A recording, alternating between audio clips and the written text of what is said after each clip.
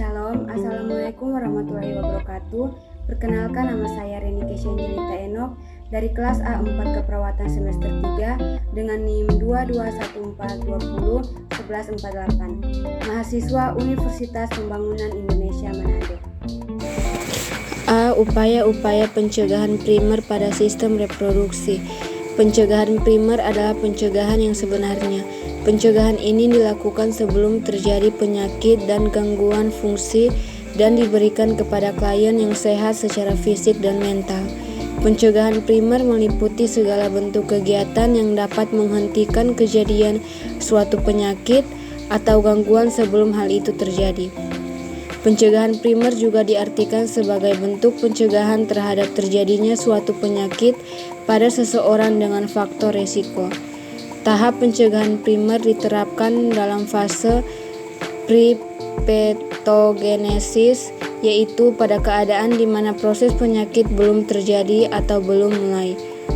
Dalam fase ini, meskipun proses penyakit belum mulai, tapi ketiga faktor utama untuk terjadinya penyakit yang membentuk konsep segitiga epidemiologis selalu akan berinteraksi yang satu dengan lainnya dan selalu merupakan ancaman potensial untuk sewaktu-waktu mencetuskan terjadinya stimulus yang memicu untuk mulainya terjadinya proses penyakit dan masuk ke dalam fase patogenesis.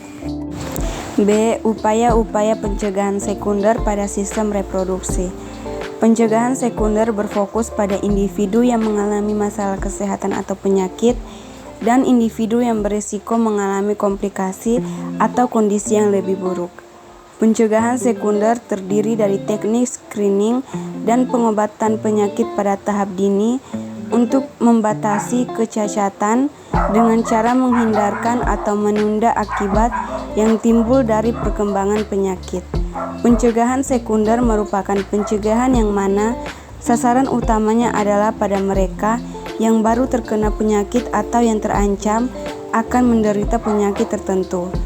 Adapun tujuan pada pencegahan sekunder yaitu diagnosis dini dan pengobatan yang tepat.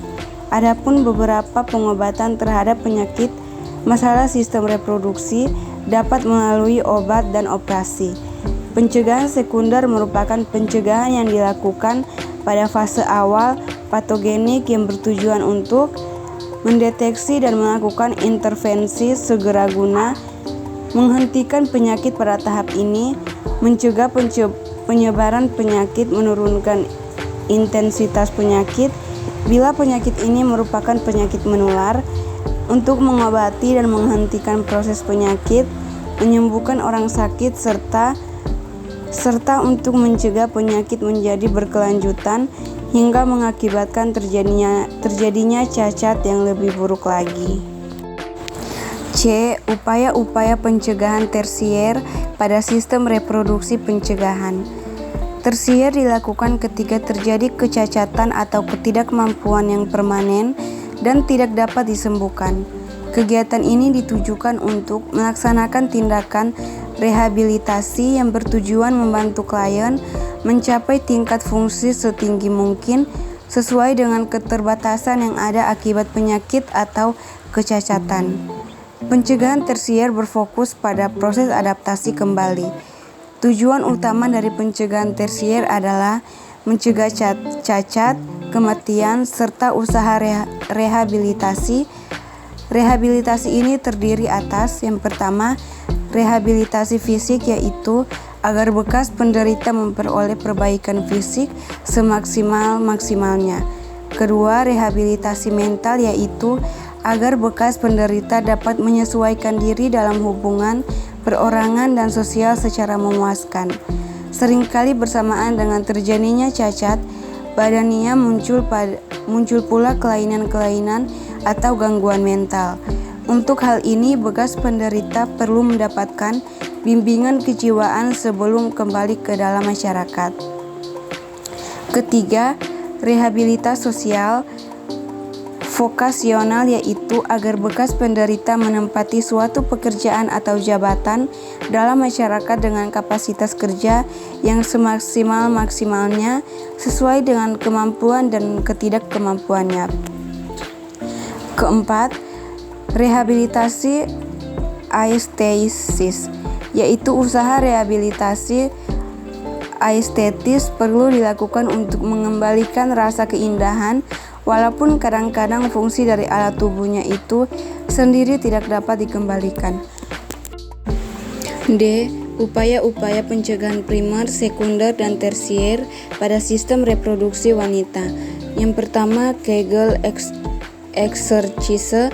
Kedua, senam Kegel adalah senam yang bertujuan untuk memperkuat otot-otot dasar panggul sehingga seorang wanita dapat memperkuat otot-otot saluran kemih, berguna saat proses persalinan agar tidak terjadi ngompol, dan otot-otot vagina. Ketiga, nutrisi. Keempat, gizi seimbang kesuburan atau fertilitas adalah dapat bekerjanya secara optimal organ-organ reproduksi baik pada pria maupun wanita sehingga dapat melakukan fungsi fertilisasi dengan baik. Perilaku gizi dan kesehatan merupakan faktor penting. Pada prinsipnya, seseorang berperilaku makan sehat jika aneka menu yang dikonsumsinya memberikan gizi seimbang. Kelima, stres manajemen. Keenam, stres adalah suatu kondisi normal pada waktu menghadapi perubahan dan ancaman dengan respon yang dapat adaptif. Tugas dari tiap orang untuk menemukan nilai optimum dari stres stimulation yang menyegarkan dan energizing dan dengan tetap mempertahankan tingkatan relaksasi. Tiap orang harus juga mencari keseimbangan antara periode stres dan ketenangan diri. E. Penyuluhan dan edukasi kesehatan pada ibu dengan masalah gangguan kesehatan reproduksi. Yang pertama, konsep dasar wanita usia subur atau WUS adalah wanita yang keadaan organ reproduksinya berfungsi dengan baik antara umur 20-45 tahun. Pada wanita subur ini berlangsung lebih cepat daripada pria, di mana dalam masa wanita subur ini harus menjaga dan merawat personal hygiene, yaitu pemeliharaan keadaan alat kelaminnya dengan rajin membersihkannya. Oleh karena itu, wanita usia subur dianjurkan untuk merawat diri. Siklus haid wanita yang mempunyai siklus haid teratur setiap bulan biasanya subur. Kedua, konsep dasar keputihan.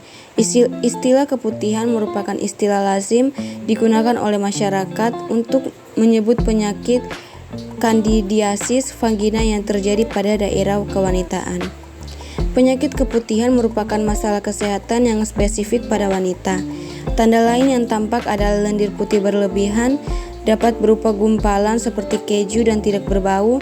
Apabila lendir berbau menyengat seperti telur busuk, maka penyebabnya bukan lagi jamur kandida, namun kemungkinan bakteri.